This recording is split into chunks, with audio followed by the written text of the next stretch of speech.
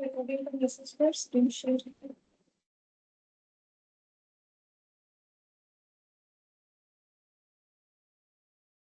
Recording. देखो हम लोग मेजर्स ऑफ सेंट्रल टेंडेंसी पढ़ रहे हैं, इसमें सेट बी का क्वेश्चन 14 बाकी सेट बी कंप्लीटेड है और लास्ट हम लोगों ने वेटेड एवरेज तक पढ़ा था। ठीक है, अब इसके बाद हमें क्या करना है देखिए, सेट ए तो करेंगे ही, ठीक है। अच्छा, इसमें और कुछ थियोरेटिकल पॉइंट है, वो पहले कंप्लीट कर लेते हैं, उसके बाद हम लोग बाकी क्वेश्चन करेंगे, जिसमें ये वाला criteria for an ideal measure of central tendency, ये इंपॉर्टेंट है, ये हमें देखना, ठीक है। अच्छा, तो पहले इसको हम लिखवा देते हैं।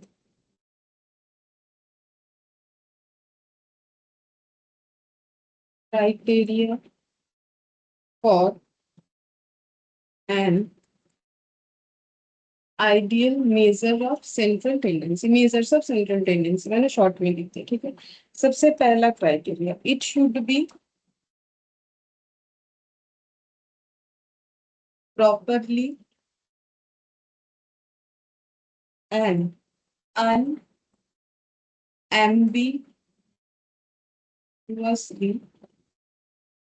unambiguously defined, पहला criteria. Second,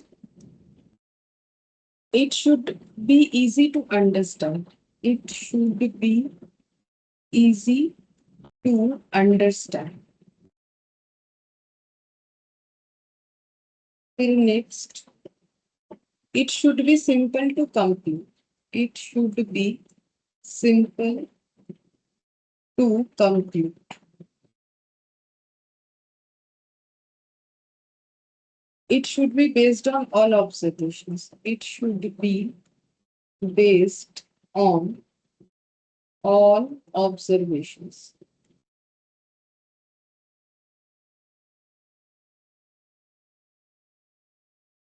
It should be possess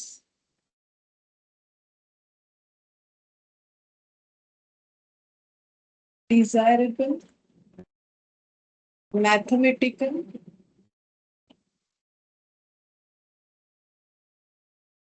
properties.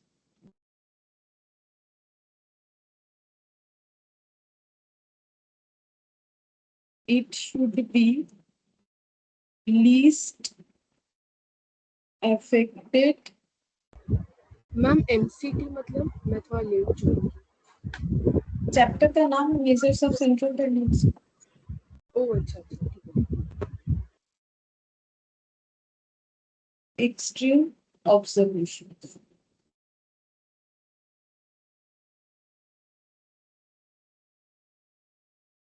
तो देखो, ये जो पॉइंट है, ये 6 क्राइटेरिया जो कि ऑलरेडी यहाँ भी लिखा हुआ है, बट ये तुम लोग चाहो तो अपने यहाँ लिख, मतलब कॉपी में लिख लेने से क्या होगा, रह जाएगा, बाकी यहाँ से भी देख के कर सकते हो। सेम चीजें मैंने लिखवा दिया, अब इस चीज को समझना इंपॉर्टेंट है। अगर लिखना बाकी है तो फिर यहाँ से ये पीडीएफ से भी लिख सकते हो, सेम लिखा हुआ है, ठीक है। मेरा कुछ स्पेशल मैंने नहीं लिखवाया। अच्छा, अब देखो यहाँ पर सबसे पहले दिया हुआ है, it should be properly and unambiguously defined. तो इसका मतलब क्या होता है, देखो, प्रॉपरली और अनएम्बिगुअसली डिफाइंड का मतलब होता है चाहे कोई भी डेटा दिया हो और कोई भी कैलकुलेट कर रहा हो, सभी का आंसर सेम होता है, ठीक है। इसको हम लोग बोलते हैं अनएम्बिगुअसली, मतलब प्रॉपरली डिफाइंड, ठीक है। अनएम्बिगुअसली और प्रॉपरली डिफाइंड का मतलब ये होता है। अच्छा, जैसे कि देखो, अगर मैंने एक डेटा दे दिया लाइक 2, 4 और 6, ठीक है, मैंने बोला इसका एम निकालो, ठीक है, तो तुम लोग कोई भी अगर इसका एम निकालोगे तो सभी का आंसर कितना आ जाएगा, यहाँ पर आ जाएगा 12/3 यानी 4। ऐसा नहीं कि किसी का 4 आया किसी का कुछ और आ गया, ऐसा नहीं होगा, ठीक है। अगर जीएम कैलकुलेट करोगे तो 2 × 4 × 6 टू दी पावर 1/3, तो ये हो गया, ये कितना हो रहा है, 4, 2, 8, 48 टू दी पावर 1/3 हो रहा है, ठीक है। अच्छा, 48 का एलसीएम करेंगे तो ये मैंने थोड़ा डेटा, ठीक है, ऐसे ही कर लूंगी। तो 2 टू दी पावर 4 और मतलब 2 to the power 3 कर देते हैं, 2 to the power 3 into 6 to the power 1, ठीक है। तो 8, ये हो जाएगा 2 to the power 3 और 2 the power 1/3, मतलब रेशियो के हिसाब से देखो, रेशियो चैप्टर इंडिसेस चैप्टर में जो किया था, पावर में 3 और ये 1/3 कट गया तो बचा 2 और क्यूबिक रूट ऑफ 6 बचेगा, ठीक है। ये कैलकुलेशन होके निकलेगा। अब थोड़ा मेरा टेढ़ा मेढ़ा जो है ऑप्शन मैंने मतलब ये डेटा ले लिया है, इससे बेटर लेने से अच्छा होता है, चलो कर लेते फिर भी। और अगर हार्मोनिक मीन निकालेंगे तो इसमें आंसर आ जाएगा मेरा 2 4 और 6 है, तो इसका आंसर हम लिख देते हैं। देखो यहाँ पर हो जाएगा 0.9, ठीक है। तुम लोग चाहो तो कैलकुलेट करके बाद में देख लेना, बाकी हम यहाँ कैलकुलेटर पे एक बार दिखा ही देते हैं, पता नहीं बाद में किसी ने कुछ और आ जाए तो फिर। देखो 1/2 ये हो गया 0.5, 1/4 0.5 प्लस 0.25 और 1/6 मतलब 0.75 और 1/6, ठीक है। तो ये देखो 9166, तो 9 to 3 डिवाइडेड बाई 0.92, 2 से डिवाइड कर देते हैं तो ये कुछ इतना आ रहा है, 3.26 आ रहा है, ठीक है, 3.26। तो ये जो 3 मेथड मैंने लिया, ठीक है, तो एवरेज का तो इसके अलावा भी और 2 मेथड होता है, एक होता है मीडियन, एक होता है मोड, ठीक है। अब इसी डेटा का अगर मीडियन निकालेंगे तो कैसे आएगा? मीडियन निकालने से पहले तो अरेंज करना पड़ेगा, जो कि मैंने अरेंज करके ही दिया है, तो आंसर 4 आ जाएगा। और अगर मोड निकालेंगे तो आंसर आ जाएगा मेरा 0, क्योंकि कोई भी डेटा रिपीट नहीं कर रहा है खुद को, ठीक है। तो ये डेटा देके किसी को भी कैलकुलेट करने दो, ये सारा जो मतलब मेथड्स है like M, GM, HM, median, mode, सभी का सेम आंसर आएगा, ठीक है। सभी लोग सेम आंसर देंगे। कौन कैलकुलेट कर रहा है इससे कोई मैटर नहीं है, ठीक है। तो इसी चीज को बोलते हैं कि सभी के लिए एक ही चीज होगा, ऐसा नहीं किसी का कुछ आ गया, एम्बिगुअस कुछ भी नहीं होगा, ठीक है। प्रॉपरली डिफाइंड होगा और जो है अनएम्बिगुअस होगा। अच्छा अब देखो, इजी टू अंडरस्टैंड बोल रहा है, ठीक है। अच्छा अब इजी टू अंडरस्टैंड का अगर देखा जाए तो सबसे इजी टू अंडरस्टैंड का मतलब ये होता है कि अगर किसी को स्टैटिस्टिक्स का नॉलेज नहीं है, मान लो किसी को स्टैटिस्टिक्स का नॉलेज कम है या फिर है ही नहीं, फिर भी उसको समझा सके हम लोग। जैसे अगर बेसिक का क्लास मैंने जो लोगों ने लाइव किया है, अगर मैंने प्रोवाइड किया है क्लास देखने के लिए बोला था, वहां पर अगर देखे हो तो ठीक है। तो वहां पर मैंने एक चीज जो करवाया है, जैसे कि देखो होता है ना कि अगर हम लोग अपना डेटा को ग्राफ के थ्रू से प्रेजेंट करते हैं, तो अगर एक लेमैन है उसे भी जल्दी से समझ में आ जाएगा देख के ग्राफ की, हाँ ऐसे अप है डाउन है, तो ये सिचुएशन है, जो भी चीज का हुआ, प्रॉफिट का ग्राफ हुआ या जो भी हुआ, तो उसी चीज को मतलब लेमैन, इवन लेमैन अगर अंडरस्टैंड कर ले या समझाने में आसान हो, अगर कुछ नहीं समझ में आता है तो अभी चाहे तो बैठा के समझा सकते हैं, ये प्रोसेस होना चाहिए, ठीक है। तभी उसको ideal measures of central tendency बोलेंगे। तो इसमें से सबसे आसान मेथड कौन सा होता है? तो देखो जीएमएचएम तो एक कैलकुलेटिव मेथड है, इसमें टाइम लग जाता है, ठीक है। तो सबसे आसान मेथड क्या होता है? सबसे आसान मेथड होता है यहाँ पर अगर देखा जाए तो एएम, ठीक है। इसीलिए बचपन में एवरेज का मतलब एएम ही सिखाया जाता है। तुम लोग तो बोलोगे मीडियन और मोड भी तो आसान है, लेकिन इसमें मैथमेटिकल प्रॉपर्टी नहीं होता है, ये प्रॉब्लम है, वो आगे आके देखेंगे। ये पोजिशनल वैल्यू है, ठीक है। इसमें अंडरस्टैंडिंग आसान है वो बात अलग है, लेकिन ये पोजिशनल वैल्यू है।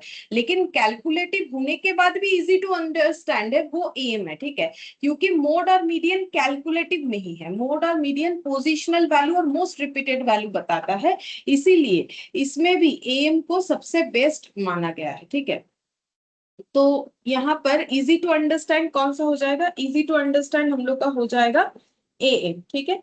जीएम एचएम ये सब जो है टफ है, सबसे ज्यादा टफ यही सब है, जीएम और एचएम। अच्छा अब बोल रहा है simple to compute. Simple to compute मतलब ज्यादा समय नहीं लेगा, ठीक है, थोड़े से टाइम में ही कैलकुलेट होके आ जाएगा, इस चीज को बोलते हैं इजी टू कंप्यूट। इसमें से सबसे आसान कैलकुलेशन में क्या है? एम होता है, ठीक है।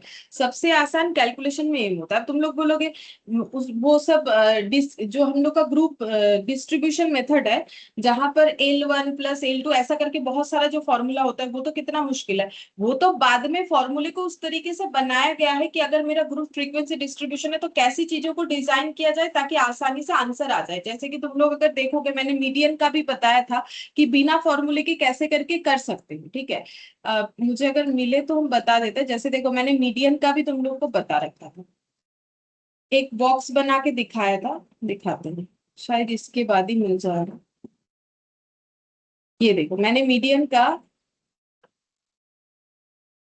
इसके पहले बताया। ये देखो, मैंने मीडियन का बताया था कि कैसे करके बिना फॉर्मूले के मीडियन कैलकुलेट किया जा सकता है। इस तरीके से मिडिल वैल्यू 26.16, जो कि यहाँ पर ये फॉर्मूले से आया है। तो फॉर्मूला तो बाद में आया है, पहले चीजों को नॉर्मल तरीके से किया जाता है।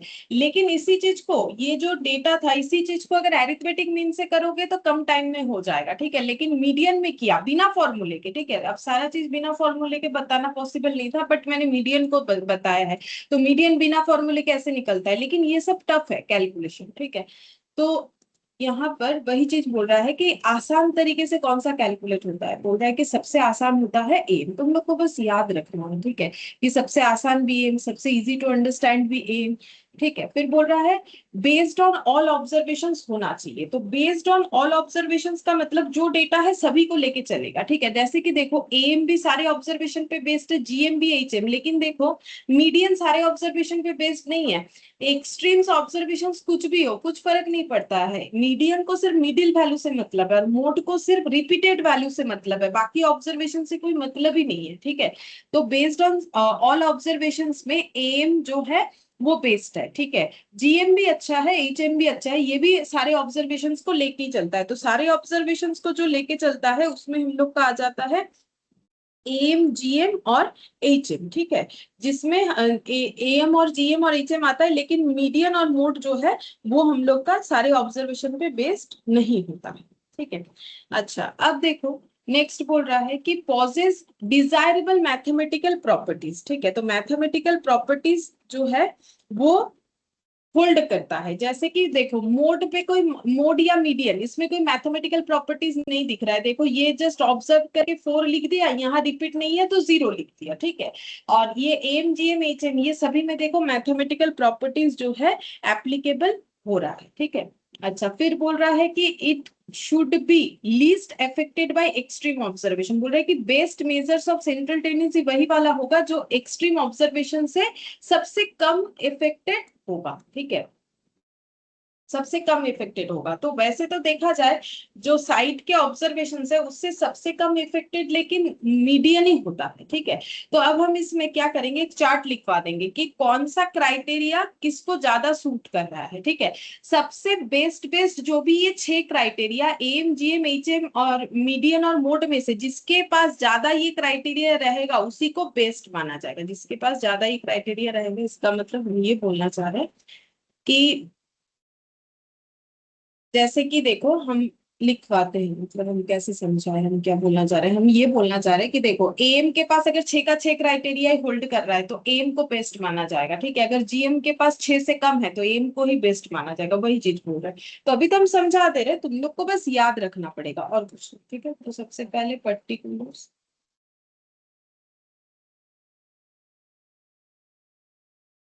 Eligible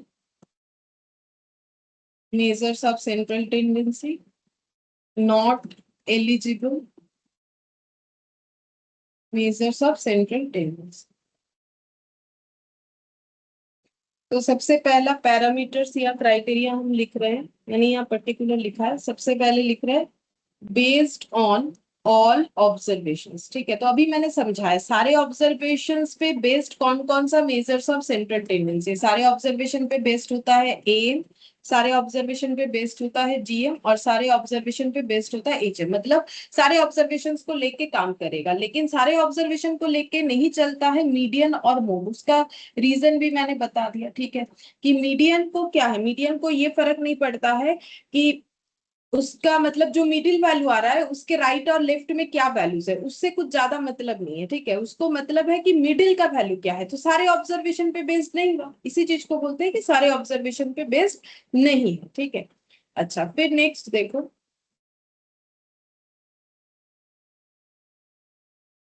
second, rigidly defined. मतलब जिसका डेफिनेशन रिजिड है, मतलब जिसका एक प्रॉपर डेफिनेशन है, ठीक है। तो इसमें एम तो आता ही है, ठीक है।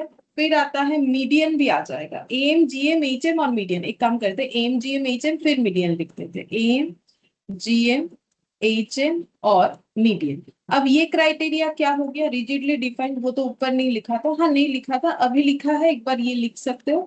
तो देखो एम जीएम एचएम और मीडियन, और मोड को अलग कर दिया, बोल रहा है कि मोड रिजिडली डिफाइन नहीं, क्यों नहीं है। देखो मोड जब स्टार्ट किया था तब मैंने तुम लोग को लिखवाया था, mode can be one, mode can be none, mode can be more than one. मतलब एक ऑब्जर्वेशन अगर हमें गिवन है, ठीक है, जब तक हम लोग ऑब्जर्वेशन नहीं देखेंगे, कोई पूछेगा बोलो तो अगर हम तुम्हें कुछ ऑब्जर्वेशन दे रहे हैं उसमें मोड का आंसर क्या हो सकता है, तो हम लोग ये नहीं बोल सकते हैं कि बस यही तरीका अपनाओ मोड का आंसर ये हो जाएगा, नहीं। हमें बोलना पड़ेगा, देखो भाई मोड का आंसर जीरो भी आ सकता है, मोड का आंसर एक से ज्यादा वैल्यूज भी आ सकता है, मोर देन वन वैल्यूज भी आ सकता है, वन वैल्यूज भी आ सकता है।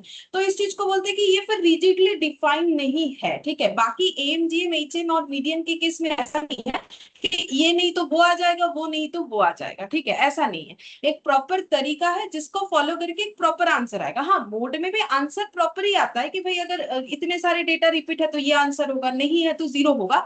लेकिन रिजिडली डिफाइंड जो पैटर्न है उसको फॉलो नहीं कर रहा है मोड, क्योंकि मोड का तीन तरीके का आंसर आ सकता है। हम लोग मीडियन में ऐसा नहीं बोलेंगे ना, मीडियन का मतलब क्या है, मिडिल वैल्यू ही मीडियन है, ठीक है। और इसमें दूसरा कोई बात नहीं होगा। एम का मतलब सारे ऑब्जर्वेशन का total divided by number of observation, GM का मतलब सारे ऑब्जर्वेशन को multiplication to the power one by number of observation, HM का मतलब number of observation divided by one by सारे ऑब्जर्वेशंस का एडिशन। तो यही है इसमें, और दूसरा कोई ये नहीं तो वो नहीं तो वो, ऐसा नहीं है, ठीक है। आंसर ऐसा नहीं तो ऐसा आ जाएगा, ऐसा नहीं है। लेकिन मोड रिजिडली डिफाइंड इसीलिए नहीं माना जाता है क्योंकि मोड का आंसर जीरो हो सकता है, मोर देन वन वैल्यू से आंसर हो सकता है, या फिर सिर्फ एक ही आंसर हो सकता है, ठीक है। फिर लिखेंगे simple to complete.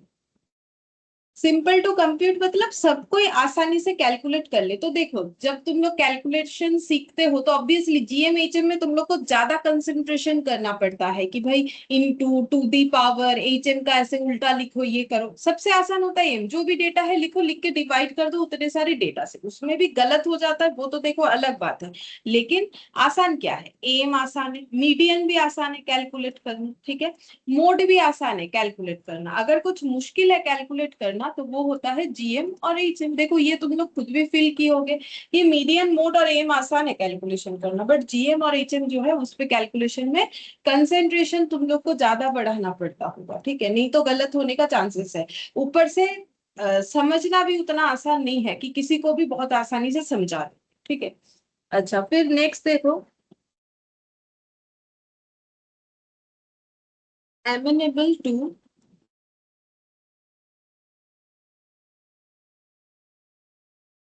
Mathematical property. बोल रहा है कि मैथमेटिकल प्रॉपर्टी को लेके चलता है, ठीक है, मैथमेटिकल प्रॉपर्टी को लेके चलता है। तो उसमें कौन कौन सा आ जाएगा, तो अभी देखो मैंने तुम लोग को बताया मैथमेटिकल प्रॉपर्टी किस में है, एम में है, जीएम में है, एचएम में है, ठीक है। इसमें देखो ना, मैथमेटिकल डेटा हम लोग मैथमेटिकल कैलकुलेशन लेते हैं ना, एक में plus divided by number of observation, एक में number of observation divided by observations का मतलब उल्टा, और जीएम में क्या होता है, जीएम में हो जाता है इनटू करना, ठीक है। लेकिन मीडियन या मोड इसमें कोई मैथमेटिकल प्रॉपर्टी एप्लीकेबल नहीं किया जाता है, ठीक है। ये जस्ट ऑब्जर्वेशन से ही हम लोग बता सकते हैं। अच्छा,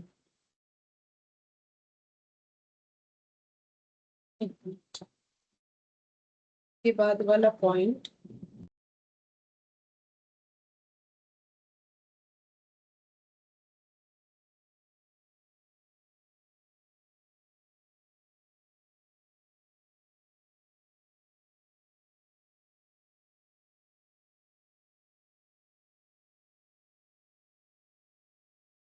तो फिर देखो लीस्ट अफेक्टेड बाय, लीस्ट मतलब सबसे कम, LEST, least affected by sampling fluctuation.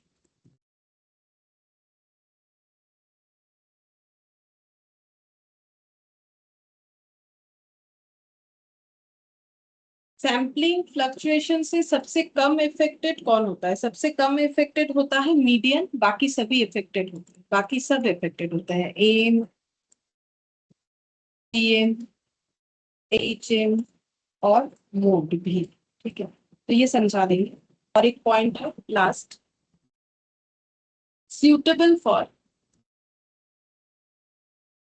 open end classification, बताते हैं ये भी क्या होता है क्लासिफिकेशन। ओपन एंड क्लासिफिकेशन के लिए सबसे ज्यादा सुटेबल होता है मीडियन, और बाकी कोई भी सुटेबल नहीं होता है उस तरीके से मीडियन के तरह, एम, जीएम, एचएम और मोड। अच्छा, अब देखो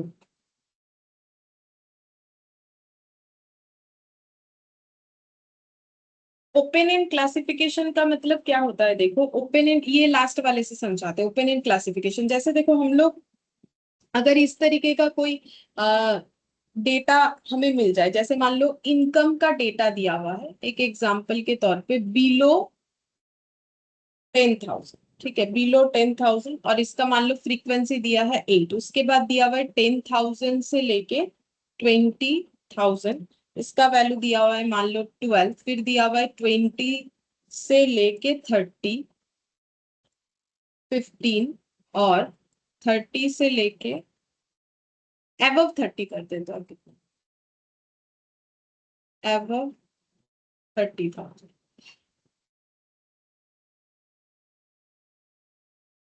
ठीक है, तो देखो फर्स्ट वाला ये बिलो 10,000 और अबव 30,000, इसी को बोलते हैं ओपन एंड क्लासिफिकेशन। ठीक है, ओपन एंड, ये जो बिलो 10,000 है और ये जो लिखा हुआ है, ठीक है, इसको ओपन एंड क्लासिफिकेशन इसीलिए बोलते हैं। देखो अबव 30,000 मतलब 30,000 के ऊपर कुछ भी हो सकता है। अब अगर हम लोग मेंटेन करना चाहते हैं कि गैप 10,000 का है, तो हम लोग 30 to 40 लिख सकते हैं, वो तो कैलकुलेशन के पर्पज पे लिख सकते हैं। लेकिन अबव 30 मतलब प्लस इंफिनिटी तक कुछ भी लिख सकते हैं, और बिलो 10,000 मतलब नेगेटिव इंफिनिटी तक हम लोग कुछ भी लिख सकते हैं। बाकी कैलकुलेशन करने के लिए हम लोग अपने हिसाब से यहाँ पर एक रेंज सेट कर देते हैं कि देखो ये सबका गैप अगर 10,000 है तो इसको हम लोग 0 to 10,000 ले लेंगे, फिर इसको हम लोग 30,000 से 40,000 ले लेंगे। ठीक है, इस तरीके के क्लासिफिकेशन को अबव एंड क्लासिफिकेशन बोला जाता है। ठीक है, ये देखो यहाँ पर भी कुछ ना कुछ एग्जाम्पल होगा, हम तुम लोग को दिखाते हैं ओपन एंड क्लासिफिकेशन। दिखा देते हैं, ये देखो ये वाला लेस देन मोर देन, लेकिन जब इसको मतलब कैलकुलेशन के लिए अरेंज किया गया तब देखो ये लास्ट वाला 1499.5, मतलब ये जो है इसमें पॉइंट मतलब मोर देन जो है 1500, तो देखो वैसे भी देखो इसमें इम्पैक्ट नहीं आता है, वही बोलने का कोशिश किया है कि इम्पैक्ट नहीं आता। और भी दिखा देता ओपन एंड क्लासिफिकेशन, और एक होगा शायद एग्जाम्पल, रुको हम दिखाते हैं शायद, और एक है, ये तो है ही, और दिखा, ये रहा देखो, ये नहीं, ये तो ओपन एंड नहीं है, ये सभी में लेस देन करके बोले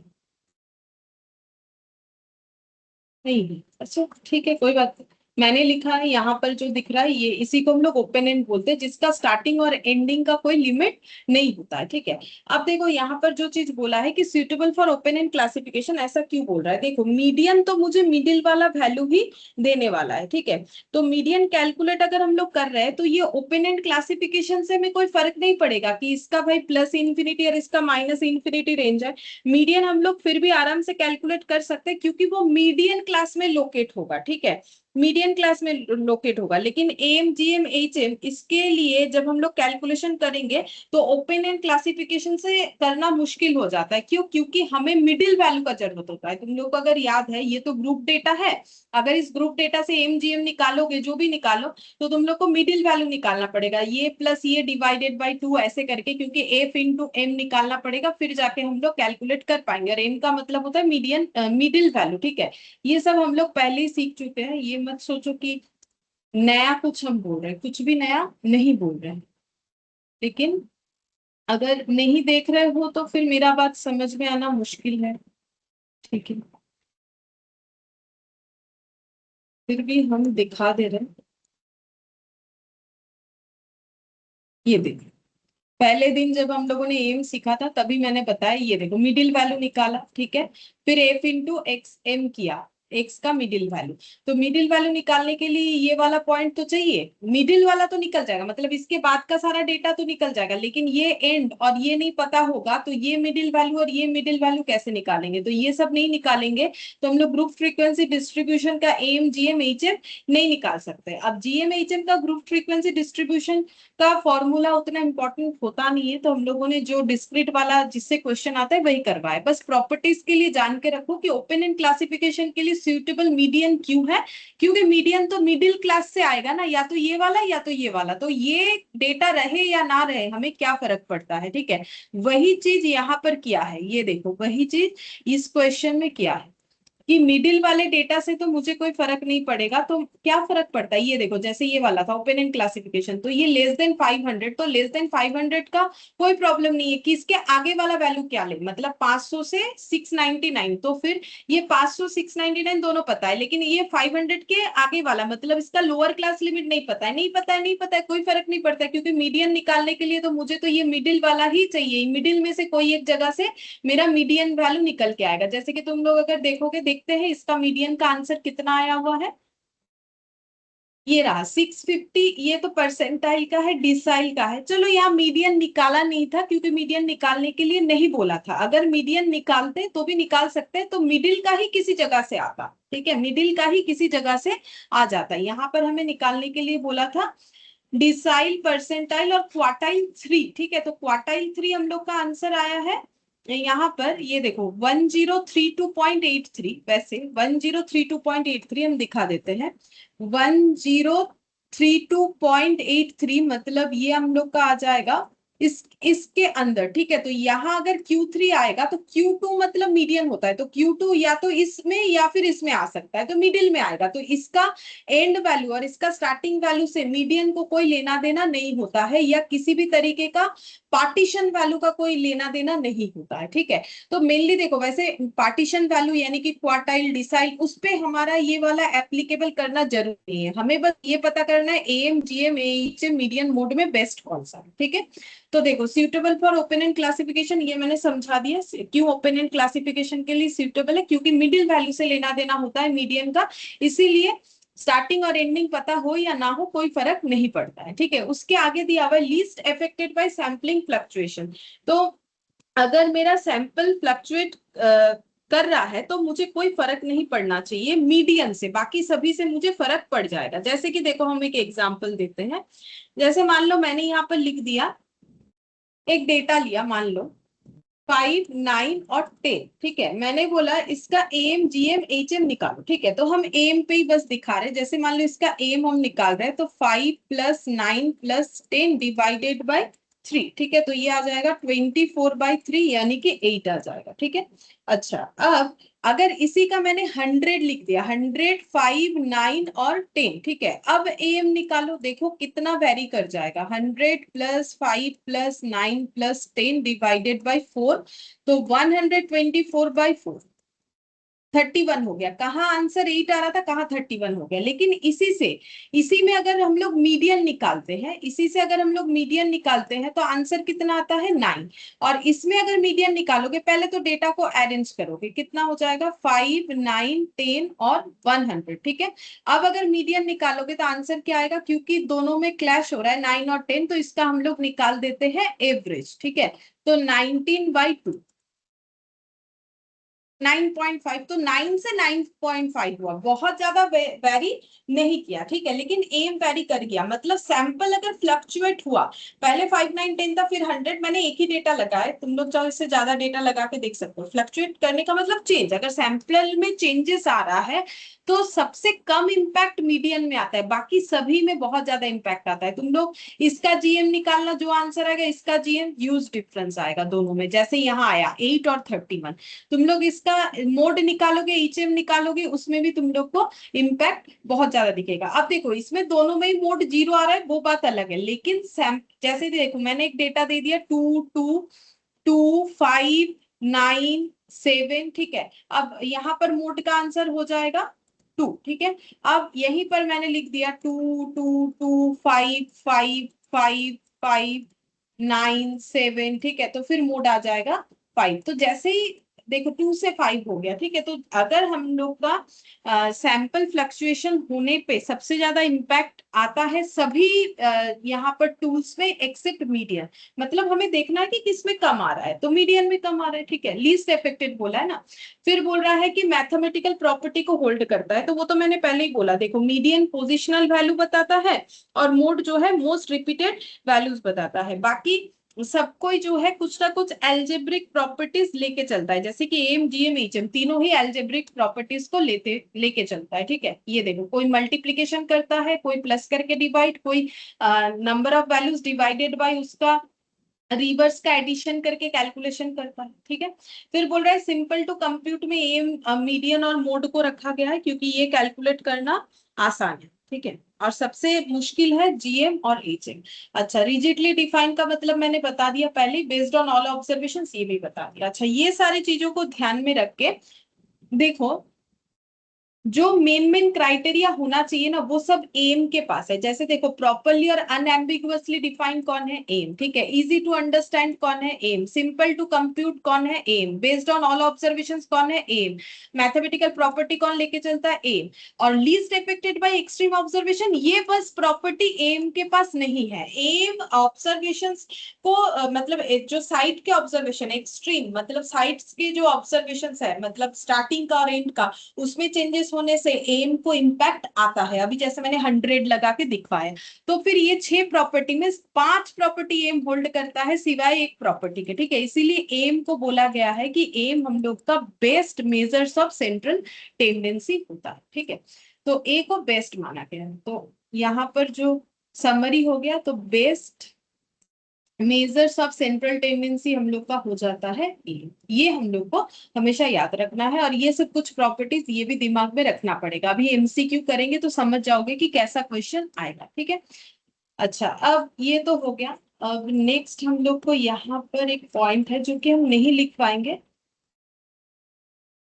ये वाला हम पढ़ के बता देते हैं, ठीक है।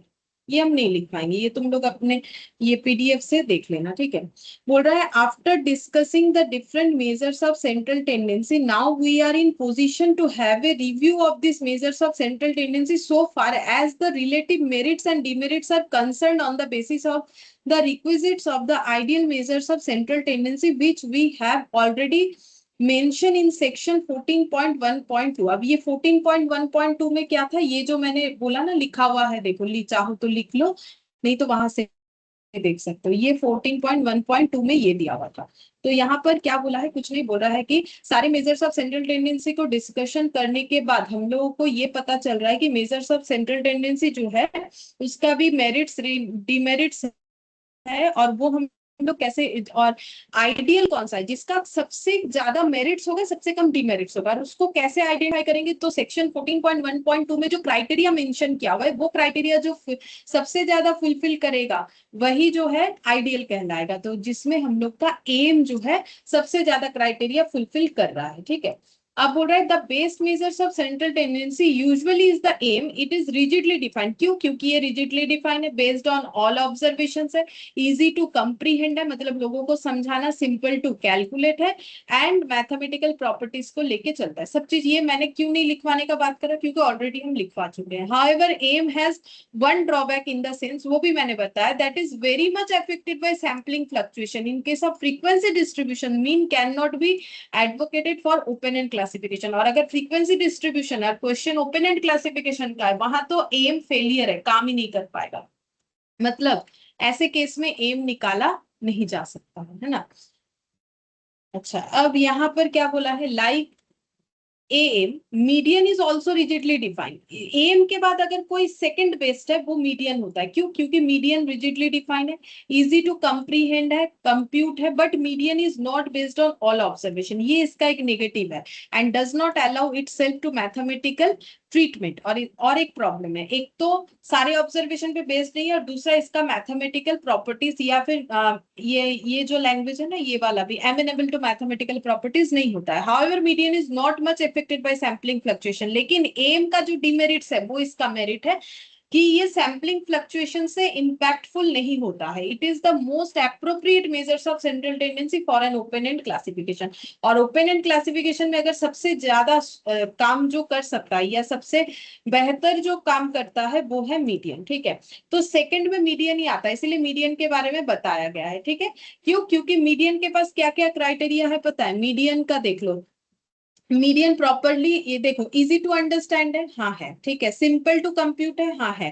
बेस्ड ऑन ऑल ऑब्जर्वेशन है, no, median based on all observation नहीं है, और मैथमेटिकल प्रॉपर्टी को फॉलो नहीं करता है, ठीक है। Least affected by extreme observation, yes, median least affected by extreme observation होता है, और ये भी अनएम्बिगुअसली डिफाइंड होता है, ठीक है। तो इसमें दो ना हो गया, जबकि एम में एक ना है, इसीलिए एम को बेस्ट माना गया है, आइडियल माना गया है, जबकि इसको नहीं माना गया। बट सेकंड बेस्ट यही वाला है। एम के बाद अगर सबसे ज्यादा क्राइटेरिया फॉलो करने वाला कोई टूल्स है वो मीडियन, ठीक है। फिर बोल रहा है मोड के बारे में, ठीक है। बोल रहा है कि although mode is the most popular measures of central tendency, तो देखो पॉपुलर कौन सा है? मोड है। There are cases when mode remains undefined, तो डिफाइन नहीं कर सकते ना, या तो जीरो होगा, या तो मोर देन वन होगा, या तो वन ही आंसर होगा, मतलब एक वैल्यू होगा। Unlike mean, it has no mathematical property, mode is also affected by sampling fluctuation।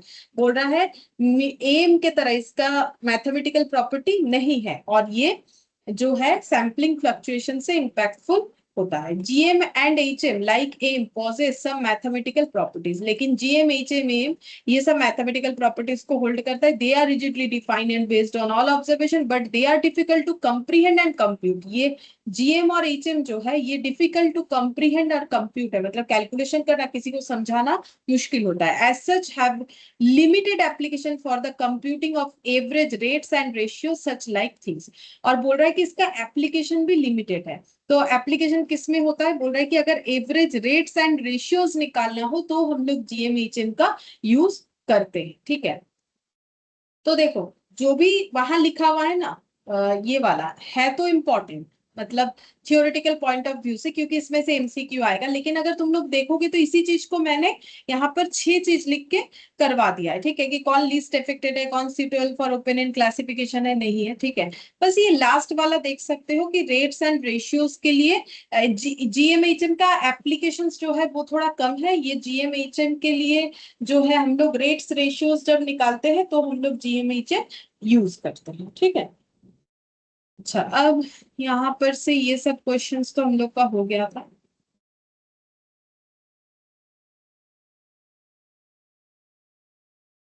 अब यहाँ आते हैं, ठीक है।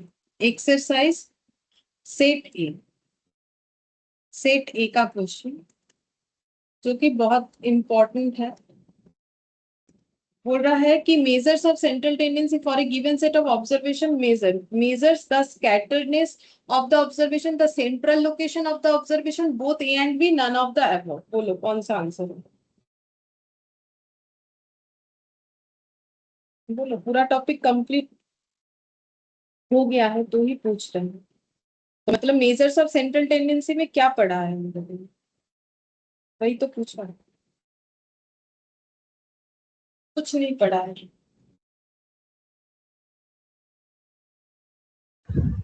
B. Central location of the observation, तो ये तो पहले दिन इतना बड़ा बड़ा करके फिर क्यों लिखा है? इतना सब समझाने का तो कोई फायदा नहीं है। ये क्या लिखा है? सेंट्रल वैल्यू डेटा सेंटर की तरह क्लस्टर्ड होता है, सारा चीज बता है। ये सब क्यों बताते हैं? इंपॉर्टेंट है इसीलिए, ठीक है। प्लस जानना भी जरूरी है, सिर्फ इंपॉर्टेंट है ये बात नहीं है, जानना भी जरूरी है। लेकिन तुम लोग नहीं पढ़ रहे, कुछ तो मेहनत का क्या दाम दो। अच्छा, फिर बोल रहा है while computing the aim from a group frequency distribution we assume that the classes are of equal length, the classes have equal frequency, all the values of class are equal to the middle value of that class, none of these।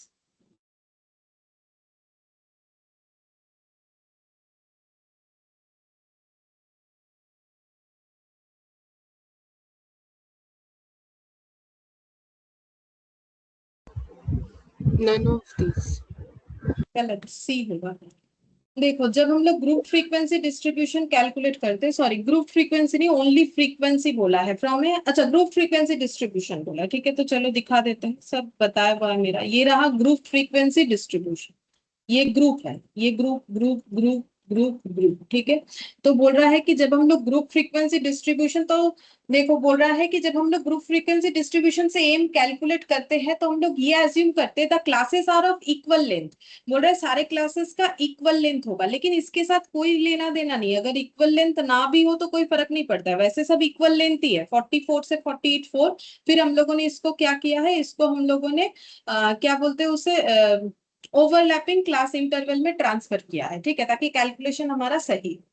फिर बोल रहा है हम लोग ये assume करने का कोई जरूरत नहीं, ये तो क्वेश्चन हमें जो देगा वही लिख सकते हैं, हमारा इसमें कोई एजम्पशन नहीं चलता है कि हम लोग 44 से 48 दिया है क्वेश्चन में तो वही लिखेंगे, उससे कम ज्यादा नहीं लिख सकते हैं। हाँ, हम लोग नॉन ओवरलैपिंग क्लास को ओवरलैपिंग बना सकते हैं, बस इतना कर सकते हैं, लेकिन 44 48 जो डेटा है उसको थोड़ी चेंज कर सकते हैं, उसको ओवरलैपिंग बनाने के लिए 43.5 से 48.5 किया वो चलेगा, इसके अलावा हम लोग डेटा थोड़ी चेंज कर सकते कि एज्यूम कर ले।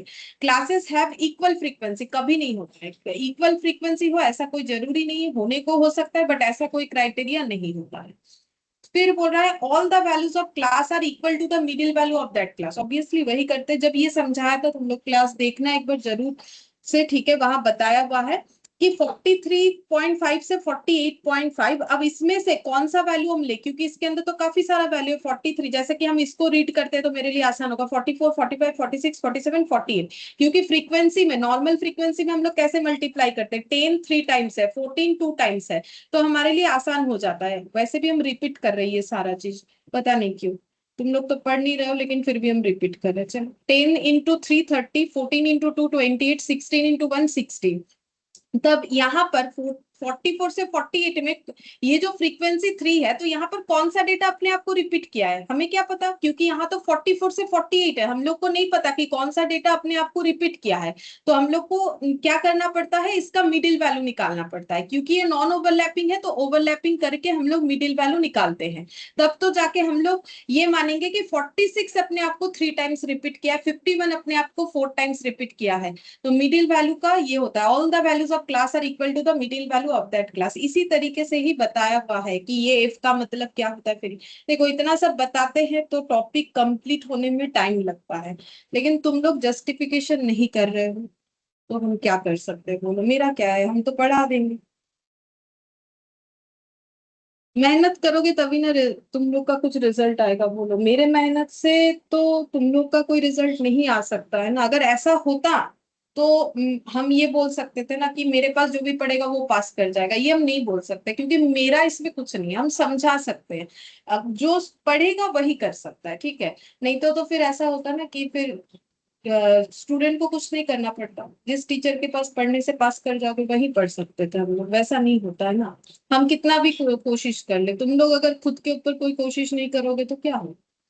Which of the following statement is wrong? Mean is rigidly defined, अभी आज ही बताया, mean is not affected due to sampling fluctuation, mean has some mathematical B, properties, all of this option B. Option B सही है, mean B. जो है वो sampling fluctuation से impact not affected, wrong, हाँ ये इम्पैक्ट होता है, मीन रिजिडली डिफाइंड है बिल्कुल, मीन का मैथमेटिकल प्रॉपर्टी है बिल्कुल। अच्छा फिर नेक्स्ट देखो, which of the following statement is true, कौन सा स्टेटमेंट बोल रहा है कि ट्रू है, usually mean is the best measures of central tendency, median is best, mode, जीएन, ए। ए, अभी पढ़ा कि मीन एरिथमेटिक मीन, मीन मतलब एरिथमेटिक मीन, ये हमेशा बोला है मैंने, ध्यान में रखना, मीन मतलब एरिथमेटिक, 4 का ए हो गया, ठीक है। फिफ्थ नंबर में बोल रहा है for open end classification which of the following is the best measures of central tendency, open end के लिए सबसे Median. अच्छा काम करता है मीडियन, आज ही पढ़ा हम लोग। The presence of extreme observation does not effect, मतलब साइड वाला ऑब्जर्वेशन कुछ भी हो किसको इम्पैक्ट नहीं करेगा, ए मीडियन मोड या any of this, median. Median. Median, क्योंकि वो मिडिल वैल्यू को लेके काम करता है। सिक्स का बी हो जाएगा, ठीक है। फिर सेवेंथ का देखो, in case of an even number of observations which of the following is median. अगर इवन नंबर ऑफ ऑब्जर्वेशंस है, अभी अभी किया, देखो अभी मैंने जो एग्जांपल लिया था ना, उसमें मेरा इवन नंबर ऑफ ऑब्जर्वेशंस आ गया था, तो मैंने क्या किया था, 10 और 9 था शायद, उसका एवरेज कर दिया था, ठीक है। अब देखो यहाँ बोला क्या है, any of the two middle most value, middle value में से कोई भी वैल्यू ले लो और बोल दो मीडियन है। सिंपल एवरेज करना है of this two middle values, weighted average करना है ऑफ यही this two middle, ma'am B B simple B average. होगा। सिंपल एवरेज करना है ऑफ टू मिडिल वैल्यूज, ठीक है। अच्छा, एट्थ नंबर में बोला है the most commonly used measures of central tendency. A A M. A most commonly used होता है A. Which of the following is not uniquely defined. किस चीज को हम लोग यूनिकली डिफाइन नहीं कर सकते, मतलब जो रिजिडली डिफाइंड नहीं है। कौन रिजिडली डिफाइंड नहीं? मोड मोड, क्योंकि मोड। उसका आंसर कुछ भी आ सकता है, जीरो आ सकता है, एक आंसर आ सकता है, एक से ज्यादा आंसर आ सकता है। Which of the following measures of central tendency is difficult to compute. Calculation में डिफिकल्टीज कौन है, ये चारों में से कौन सा डिफिकल्ट ज्यादा है? जीएम। जीएम, इसमें डिफिकल्टीज ज्यादा है। हाँ, मीन मीडियन मोड सभी जल्दी कर। Which measures of central tendency is or are considered for finding the average rate। ठीक है, अभी थोड़ी देर पहले मैंने बोला वो एप्लीकेशन लिखा नहीं है, लिख सकते हो। एवरेज रेट के लिए कौन सा हम लोग यूज करते हैं? मैम बी और एएम। सी दोनों होगा। हाँ, मतलब ए, जीएम और एचएम। देखो अभी मैंने बोला ना कि ये मैंने सिर्फ नहीं लिख पाया है, ये एक बार तुम लोग नोट डाउन कर लेना, वैसे हम करवा देंगे, ठीक है। ये देखो अभी यहाँ से पढ़ते पढ़ते ही मैंने बताया तुम लोग को, देखो ये हम मैंने नोट डाउन नहीं किया, ये एक बार करना पड़ेगा। एवरेज रेट्स एंड रेशियोज, इसके लिए जीएम और एचएम सबसे ज्यादा यूज होता है, इससे ज्यादा इसका कोई एप्लीकेशन है भी नहीं। अच्छा, फिर नेक्स्ट देखो यहाँ पर बोल रहा है, यहाँ चला गया ये वाला।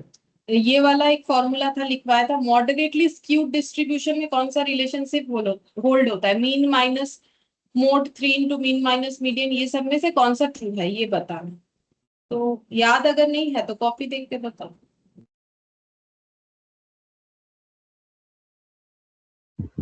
Mean minus mode equal to 3 times mean minus mode. ये देखो, 3 into mean minus median, mean minus mode, ये वाला होता है, ठीक है। स्क्यूड का मतलब भी बताया था, ठीक है, दोनों साइड इक्वल फैलाव हो, ठीक है। अगर किसी एक साइड हो तो फिर वो मॉडरेटली स्क्यूड नहीं होता, ठीक है। तो फॉर्मूला तो देखो याद रखना पड़ेगा, mean minus mode equal to 3 into mean minus median, मतलब आंसर हो जाएगा 12 का A. Weighted average are considered when. Weighted average method हम लोग कब फॉलो करते हैं? वो लास्ट क्लास का लास्ट पॉइंट था, कॉपी में देखो, देख के बताओ क्या था। जब सारे डेटा का इंपॉर्टेंस सेम ऑप्शन नहीं बी। होता है। हाँ बोलो, 13 का B. Option B. The data are put in form of group frequency distribution. The data are not classified. All the observations are not equal importance. Both A and C.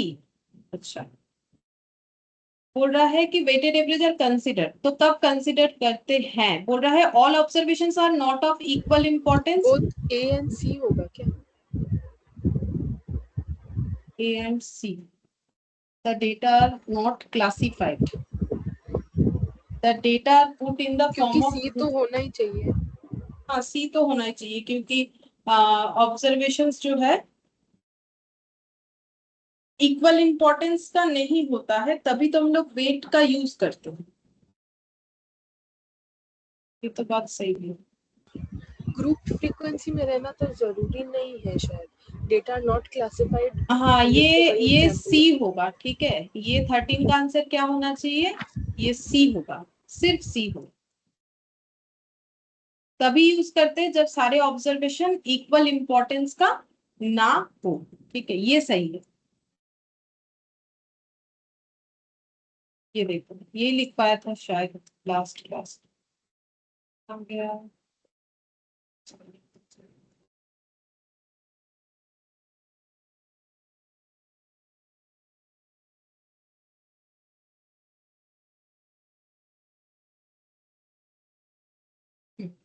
When importance और all observations are not same, तभी हम लोग weighted average का use करते हैं। Data classified के साथ कोई रिलेशन नहीं है, ग्रुप क्लासिफाइड हो या ना हो कोई प्रॉब्लम नहीं है। The data are put in the form of group frequency distribution, ऐसा भी कोई कंसेप्ट नहीं है कि ग्रुप फ्रीक्वेंसी डिस्ट्रीब्यूशन में डेटा रहेगा तो ही हम लोग वेटेड एवरेज कर सकते हैं, नहीं। मेन बात यह है कि वेटेड एवरेज तब किया जाता है, वेट तब दिया जाता है जब सारे ऑब्जर्वेशंस का इक्वल इंपॉर्टेंस नहीं होता है। जैसे कि मैंने एग्जांपल दिया था तुम लोग को, वही क्लास टेस्ट ये सब, ये देखो यहाँ पर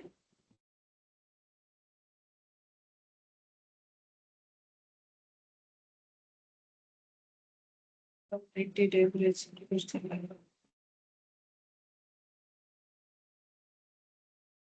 weighted average M G M H M के आगे है, ये आगे तो नहीं।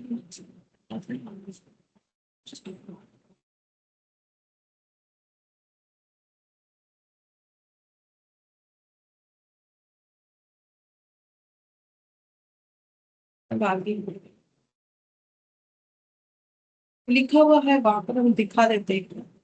मैंने तो लिखा है एक लाइन, वैसे भी वही उतना ही काफी है, आंसर सी होगा।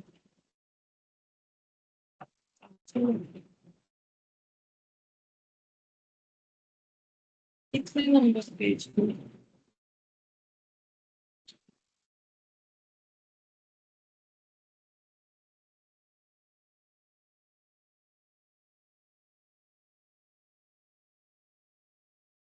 हाँ,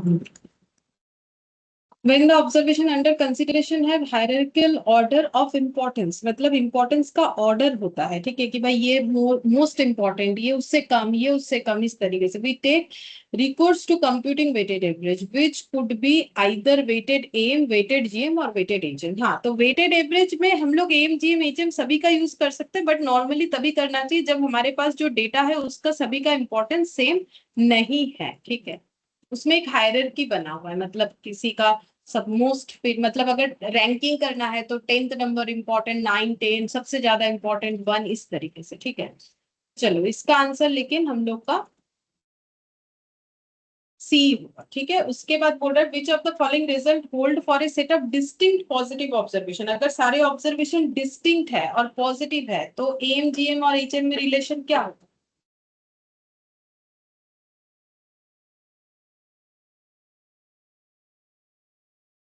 ये तो हम लोगों ने हर एक प्रॉपर्टी में पढ़ा कि अगर सारे ऑब्जर्वेशंस, एक भी ऑब्जर्वेशंस क्या है, डिस्टिंक्ट है, अच्छा अलग अलग है सारे ऑब्जर्वेशंस, तो एम, जीएम, एचएम में रिलेशन क्या होता है? हमेशा एम सबसे ज्यादा वैल्यू देगा, उसके बाद जीएम, उसके बाद एचएम। ये भी लिखवाया हुआ है, दिखा देते हैं, ये रहा एम, जीएम, एचएम, ये देखो यहाँ पर लिखा। Set of observations are same तब तो सब इक्वल होगा, अगर सेट ऑफ ऑब्जर्वेशन डिस्टिंक्ट है तो ये होता है। इस पे हम लोगों ने क्वेश्चन भी किया। यहाँ पर हो गया सी, ठीक है, 14 का सी। 15 when A firm registered both profit and loss, अच्छा कोई एक ऑर्गेनाइजेशन है जो प्रॉफिट लॉस दोनों चीज को रिकॉर्ड किया है, which of the following measures of central tendency can not be considered, कौन सा मेजर्स ऑफ सेंट्रल टेंडेंसी का यूज हम लोग नहीं कर सकते हैं? मतलब अगर हमें उसका एवरेज निकालने बोले कि भाई ये जो इनका इतने समय का, 5 साल, 6 साल, 7 साल जो भी है, इतने समय का इन्होंने प्रॉफिट लॉस रिकॉर्ड किया है, तो कौन सा मेजर्स ऑफ सेंट्रल टेंडेंसी है जो कि कैलकुलेट नहीं कर पाएगा उस डेटा? Ma'am GM. हाँ, क्योंकि जीएम में क्या होता है, जीएम अंडर रूट वैल्यूज होता है और अंडर रूट वैल्यूज कभी भी नेगेटिव नहीं हो सकता है, इसीलिए जीएम फेलियर हो जाएगा, जीएम से नहीं कैलकुलेट कर पाओगे। देखो लिखा हुआ जीएम में स्टार देके, मैंने ये लिखवाते हुए भी बताया है देखो बहुत बार कि ये सब इंपॉर्टेंट है, ध्यान में रखो, ठीक है।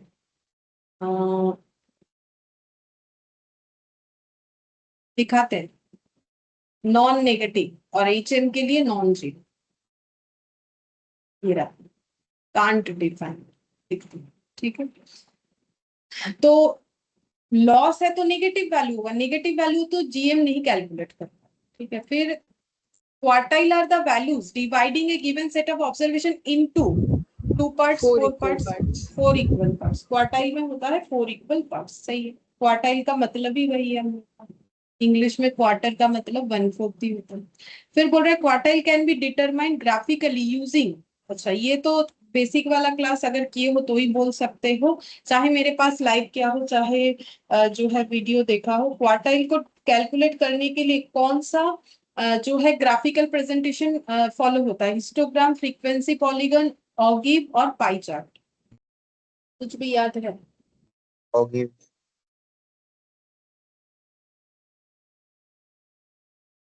हाँ, ठीक है, वही ऑगिव भी होता है। ठीक है, उसमें हम लोग क्वार्टाइल निकाल सकते हैं। वो कैसे देखने में था? वो ऐसा होता है, एक ऐसा था, एक ऐसा था, ऐसे बीच से लाया जाता है। ठीक है, तो वही बीच वाला वैल्यू मीडियन होता है, फिर वहां से क्वार्टाइल भी निकल जाता है। ये वाला सही।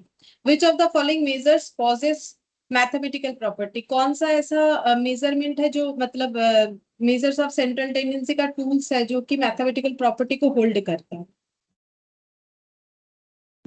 All of these. All of this, M, GM, HM सभी मैथमेटिकल प्रॉपर्टीज। सिर्फ मीडियन और मोड नहीं करता है ना, मीडियन आंख से देख के बता रहा हूँ। ठीक है, और जो मोड है वो कितने सारे नंबर खुद को रिपीट कर रहा है वो देख के, तो उसमें मैथमेटिकल प्रॉपर्टीज तो कुछ नहीं आता है। और मैंने फॉर्मूला का भी कंसेप्ट बताया कि वो फॉर्मूले का मतलब कैसे उसको बनाया गया फॉर्मूला, लेकिन अगर हम लोग नॉर्मल देखें तो उसमें भी बनता है, फिर उसके बाद उसी कंसेप्ट से फॉर्मूला बनाया जाता है। फिर 19 में देखो बोल रहा है which of the following measure satisfy a linear relationship between two variables? दो वेरिएबल्स के बीच में लीनियर रिलेशनशिप फॉलो होगा कौन से वाले केस में? Mean, median, mode, all of this.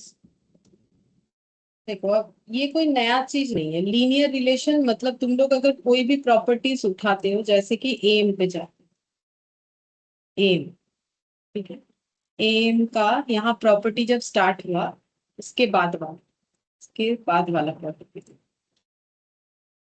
ये देखो, ये लीनियर इक्वेशन है y equal to a plus b x, इसको सेटिस्फाई करता है एम। सेम यही चीज जब तुम लोग मीडियन, तो ये लीनियर इक्वेशन को ही सेटिस्फाई करता है। इस पे हम लोगों ने काफी सारा क्वेश्चन लाइक ये वाला किया हुआ है कि ऐसे करके अरेंज करना है। अब जैसे ही हम लोगों ने मीडियन पढ़ना स्टार्ट किया, देन उसके प्रॉपर्टी में गए, ये देखो, ये देखो यहाँ भी वही वाला, ठीक है, लीनियर इक्वेशन। अच्छा, अब जैसे इसके बाद हम लोगों ने शायद मोड पढ़ा होगा, ठीक है, तो ये देखो, ये पार्टीशन वैल्यूज पढ़ा, उसके बाद मोड पढ़ा, ठीक है, तो ये 4th नंबर स्लाइड, ठीक है। तो मोड के केस में भी देखो, मोड का प्रॉपर्टीज, ये देखो y equal to a plus b x, ठीक है, तो ये चीज ये तीनों में ही है, एम में भी है, सॉरी अरिथमेटिक मीन में भी है, मोड में भी है, मीडियन में भी है। तो मीन, मीडियन, मोड, यही तो ऑप्शंस दिए हुए हैं, तो ये सभी में लीनियर रिलेशनशिप सेटिस्फाई होता है। ठीक है, तो आंसर क्या होना चाहिए? डी। डी नहीं होगा Option अभी D. तो, अभी तो दिख रहा है ना, डी होगा इसका मतलब। अच्छा, which of the following measures of central tendency is based on only 50% of the central value? central value का 50% के ऊपर बेस्ड करके कौन सा? मीडियम। मीडियन। 50% मतलब मिडिल वैल्यू, ठीक है। अच्छा, अब ये सेट बी जो है, इसमें हम लोगों ने सारा क्वेश्चन कर लिया था, सिर्फ एक क्वेश्चन हम लोग का बाकी था, वो बता देते। तो ये वाला क्वेश्चन मैंने नोट डाउन कर रखा है, ठीक है, ये 14th नंबर, ये नोट डाउन किया हुआ था पहले, उसको हम दिखा देते हैं। ये रहा, ठीक है, ये वाला भी हम लोग कर लेते हैं, तो ये काट देते हैं। अच्छा, सेट ए हम लोग का कंप्लीट, सेट बी का क्वेश्चन नंबर 14, ठीक है। अच्छा, अब देखो यहाँ पर बोला है कि an aeroplane flies from A to B at the rate of 500 kilometre per hour and come back B to A at the rate of 700 kilometre per hour, ठीक है। तो बोल रहा है एरोप्लेन ए से बी में जाना है, फिर बी से ए में वापस आना है, ये बोला, ठीक है, ऐसा। तो जब ए से बी में प्लेन जा रहा है तो 500 किलोमीटर पर आवर बेसिस पे,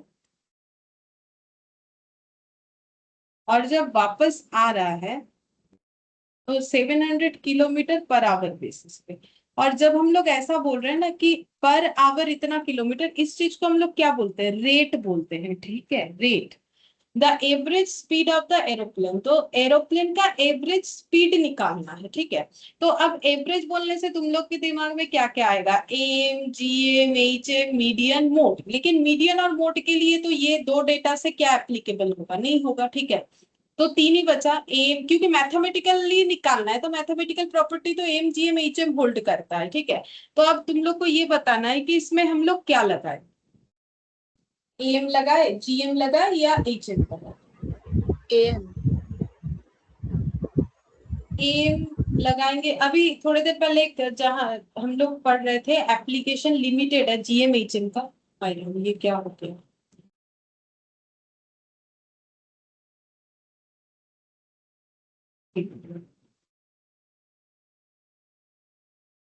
हाँ। तो अभी थोड़ा एप्लीकेशन पढ़ रहे थे ये, रिमोट हो जाएगा।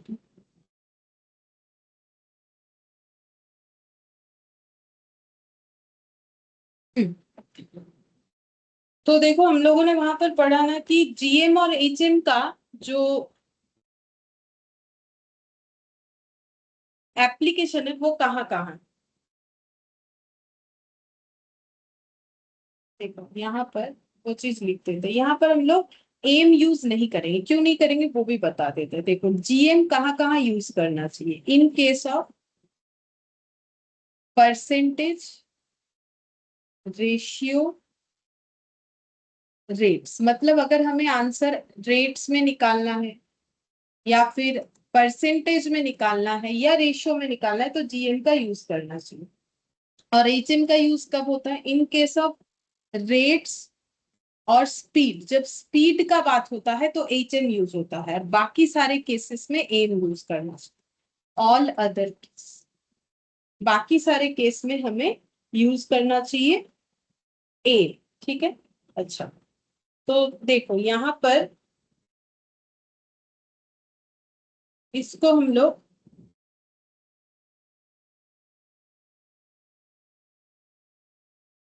हाँ, इसको हम लोग कैसे निकालेंगे, इसका कैलकुलेशन के लिए हम लोग और एक तरीके से भी निकल सकता है, ठीक है, और एक तरीके से भी निकल सकता है, रुको वो भी बताते हैं। एचएम से भी निकाल सकते हैं। एम करने से, सिंपल एवरेज करने से नहीं होगा, वेटेड एवरेज से करने से होगा। जैसे कि देखो हम दिखा देते हैं, एचएम से निकाल सकते हैं हम लोग, ठीक है। एचएम से निकालेंगे तो मेरे पास दो डेटा है, एक 500 700, उसका पहले रिवर्स करो, ठीक है। दो डेटा है तो ऊपर 2 आ जाएगा, तो यहाँ पर आंसर कितना आ जाएगा 2। और 500 और 700 का एलसीएम कितना होगा 3500, ठीक है। तो 7 + 5 तो 2, 12, 3500, तो 2 × 3500/12, तो 2 × 3500/12, तो देखो 583.33 ये आ गया, ठीक है। ये आंसर है हम लोग का। हम समझा देते क्यों हम लोग एचएम ही यूज करेंगे, और एक तरीके से भी सेम आंसर आएगा, ठीक है, वेटेड एवरेज करके। जैसे कि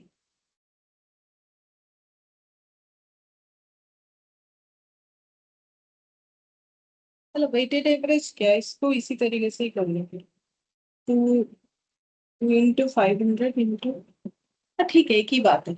इसी का एक और प्रेजेंटेशन होता है, वो एचएम ही होगा, ठीक है। चलो ये याद रखो कि ये एचएम से करना होता है, ठीक है। अगर हमें स्पीड का बात दिया है, देखो मैंने यहाँ पर लिखवा दिया, स्पीड का बात दिया है तो हम लोग को एचएम करना पड़ेगा। अब क्यों एएम नहीं, मतलब क्यों सिंपल 500 + 700 ÷ 2 करने से हम लोग का जो आंसर आएगा कुछ ना कुछ तो आ जाएगा, बट वो रॉन्ग होगा। क्यों होगा, क्योंकि उसका रीजन ये होता है कि ट्रैवलिंग जो हो रहा है ना, वो क्या हो रहा है कि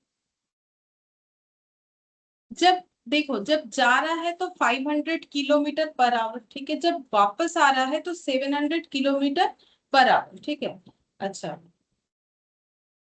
जब स्लो जा रहे हैं तो टाइम ज्यादा लगेगा। अगर प्लेन ये मतलब ऐसे बोलना चाहते हैं, अगर प्लेन 500 किलोमीटर पर आवर पे जा रहा है तो टाइम ज्यादा लेगा, ठीक है। लेकिन जब 700 किलोमीटर पर आवर बेसिस पे वो वापस जा रहा है, चाहे वापस जाए या आए, उसका बात नहीं कर रहे हैं हम, बस इतना बोल रहे हैं कि अगर मेरा पर आवर किलोमीटर रेट ज्यादा है तो मेरा टाइम कम बचेगा, यहाँ टाइम कम लगेगा, वहां टाइम जो है ज्यादा लगेगा, ठीक है। तो एवरेज स्पीड जो है वो total distance divided by total time के ऊपर डिपेंड करता है। देखो किसी चीज का अगर एवरेज स्पीड निकालोगे, जैसे ये एरोप्लेन का ही अगर हम लोग निकाल रहे हैं, तो हम लोग का क्या कैलकुलेशन होना चाहिए, total distance divided by total time होना चाहिए, ठीक है।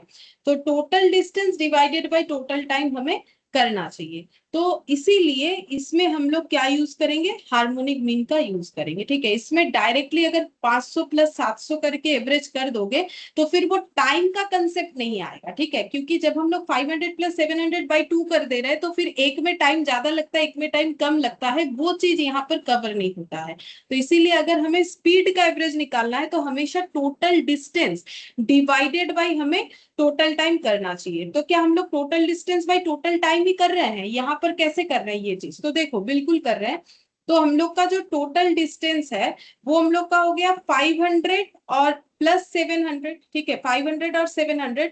और यहाँ पर हम लोग का देखो 500 किलोमीटर जा रहे हो, 700 किलोमीटर रेट पे आ रहे हो, ठीक है। मतलब इसको हम लोग ऐसे बोल सकते हैं, इसको ऐसे डिफाइन कर सकते हैं, एवरेज स्पीड ये हम लोग का हो जाएगा 2xy, इसको थोड़ा और अगर समझाने का कोशिश करें, divided by x plus y, जहां पर x का मतलब 500 किलोमीटर पर आवर, ठीक है, और y का मतलब 700 किलोमीटर पर आवर, ठीक है। तो x प्लस वाई मतलब देखो 500 प्लस 700, और 2xy का मतलब 2 इंटू 500 इंटू 700। ऐसा एक मैथमेटिकल कैलकुलेशन किया जाता है एवरेज स्पीड, जो कि हार्मोनिक मीन से ही आया हुआ है। देखो अभी तुम लोग अगर इसको देखोगे तो 2 इंटू 3500, तो 2 इंटू 3500 कैसे आया, 2 इंटू 500 इंटू 700 करने पे ही तो आया होगा, ठीक है। और डिवाइडेड बाई हम लोग का यहाँ पर 500 प्लस 700 1200, वो तो देखो जीरो जीरो कैंसिल आउट हो गया, क्योंकि मेरा यहाँ पर ये फॉर्मेशन अलग है ना कैलकुलेशन करने का, इसी वजह से, ठीक है। तो ऐसा एक फॉर्मूला दिया गया है कि एवरेज स्पीड का ऐसा होता है, बट ये जरूरी नहीं है तुम लोग को याद रखना, ठीक है। तुम लोग बस इतना समझो, ज्यादा कुछ नहीं, कि अगर तुम लोग को किसी समय पे स्पीड का कैलकुलेशन करने दे तो हमेशा हार्मोनिक मीन लो, क्योंकि उसमें टाइम भी कवर होता है, ठीक है। कि अगर मेरा किलोमीटर जो है अलग अलग है तो मेरा टाइम भी कवर हो जाएगा। तो एरिथमेटिक मीन से अगर एवरेज निकालना है, जैसे एज, इनकम, ये सारी चीजों का निकाला जाता है, ठीक है। तो अगर हमें इक्वल डिस्टेंस का स्पीड निकालना हो तो डिस्टेंस तो इक्वल है, ठीक है, हमेशा याद रखो HM के लिए इक्वल डिस्टेंस का स्पीड, इक्वल डिस्टेंस का अगर मुझे स्पीड निकालना हो, ठीक है, तो मुझे हमेशा हार्मोनिक भी यूज करना चाहिए, क्योंकि ए टू बी ही जाना है, ए टू बी में ही आना है। इक्वल डिस्टेंस का स्पीड अगर निकालना है तो हमें हार्मोनिक मीन का यूज करना चाहिए। तो एवरेज स्पीड हम लोग का आ गया यहाँ पर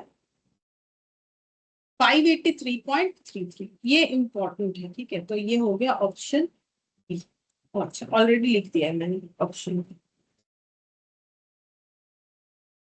अच्छा यहाँ पर बी का जो बाकी था ये भी हम लोग का हो गया। अच्छा, अब नेक्स्ट मैम देखते एएम में आप ऑल अदर केस लिखे हो तो उसमें क्या क्या आएगा, रेशियो और रेट छोड़ के सब कुछ? हैं। हाँ रेशियो रेट छोड़ के सब कुछ। ठीक है। जैसे किसी का एज का एवरेज निकालना है, प्रॉफिट का एवरेज निकालना है, वेट का निकालना है, हाइट का निकालना है, ये सब कुछ आ जाए। ठीक है।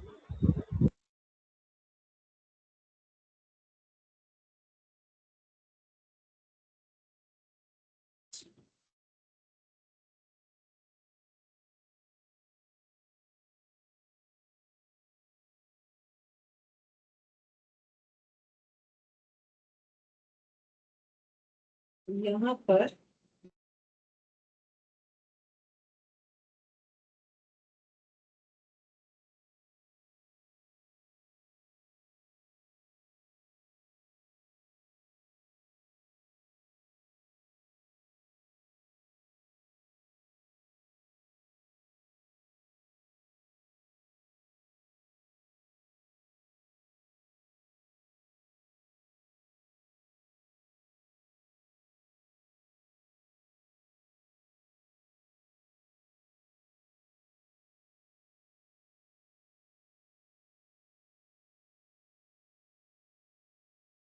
ये यहाँ से शायद हम लोग को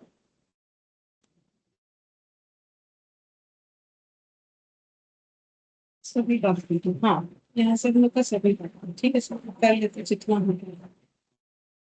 सेट सी, क्वेश्चन नंबर 1 बोल रहा है what is the value of mean and median for the following data. ठीक है, देखते हैं मीन और मीडियन क्या क्या आ जाएगा। तो बोला है मार्क्स, इसमें दिया है 5 to 14, 15 to 24। तो हम लोग ना इसको पहले ही यहाँ पर ओवरलैपिंग बना लेते हैं, उसको हम अलग से दो बार और नहीं लिखेंगे, मतलब इसी डेटा को हम ओवरलैपिंग करके लिख देते हैं। तो ओवरलैपिंग में क्या हो जाएगा, 5 हो जाएगा, 4.5, 14 हो जाएगा, 14.5। ठीक है, तो एक ही बार में लिख देते हैं, टाइम बचेगा। ठीक है, प्रैक्टिस के लिए करवा रहे, इतना बड़ा बड़ा क्वेश्चन वैसे नहीं आता है। 24.5 मतलब फॉर्मूला याद रहेगा और कुछ नहीं। 24.5 से 34.5, फिर 34.5 से 35 से 44, 45 से 54।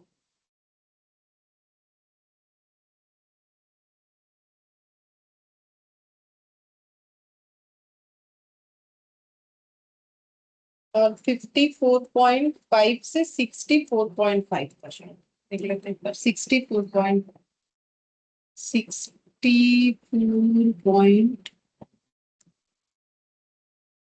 लास्ट, हाँ। नंबर ऑफ स्टूडेंट्स मतलब फ्रीक्वेंसी 10, 18, 32, 26, 14।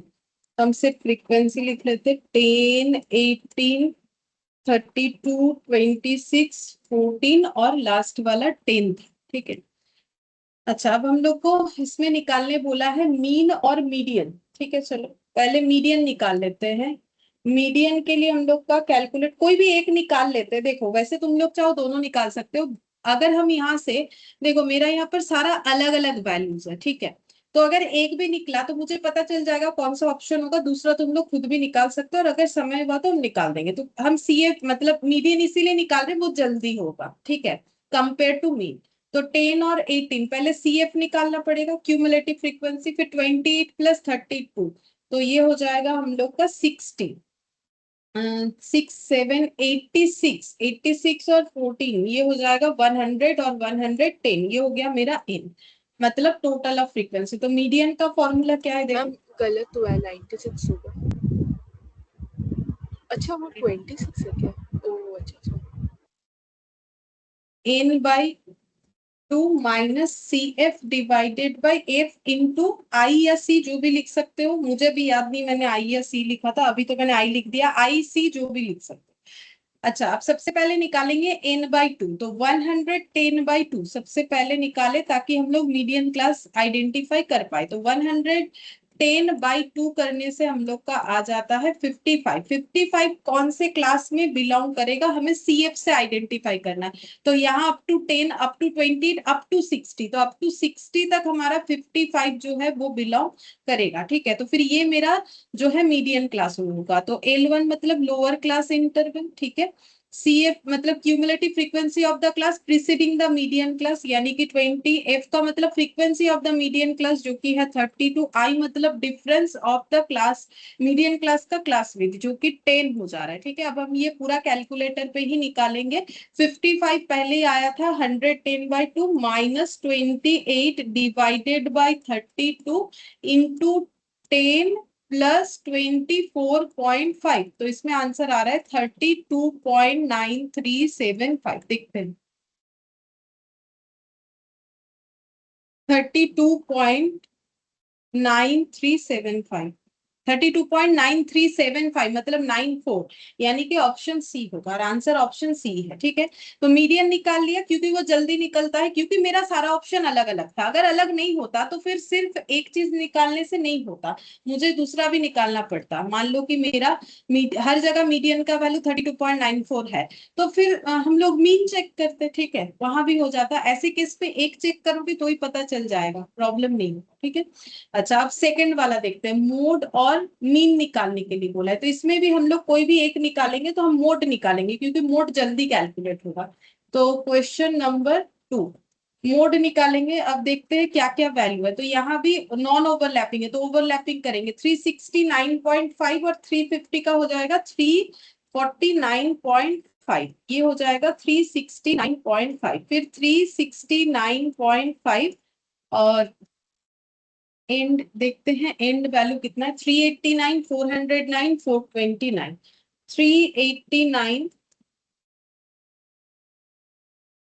409, 429, 389, 409,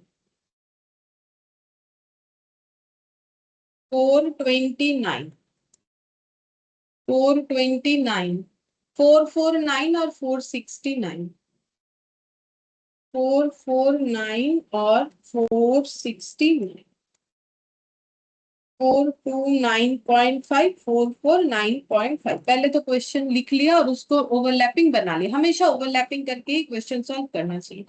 अच्छा 15, 27, 31, 19 फ्रीक्वेंसी है। 15, 27, 31, 19, फिर था 13 और लास्ट वाला 6। ठीक है। अच्छा अब हम लोग मोड निकालेंगे, सबसे जल्दी होगा। मोड का फॉर्मूला क्या था, पहले फॉर्मूला लिखेंगे L1 plus F minus F1 divided by 2f minus F1 minus F2 into I. तो मोड मतलब मॉडल क्लास कौन सा होता है, हाईएस्ट फ्रीक्वेंसी वाला क्लास। तो हाईएस्ट फ्रीक्वेंसी कौन सा है 31, मतलब ये मेरा मॉडल क्लास होगा।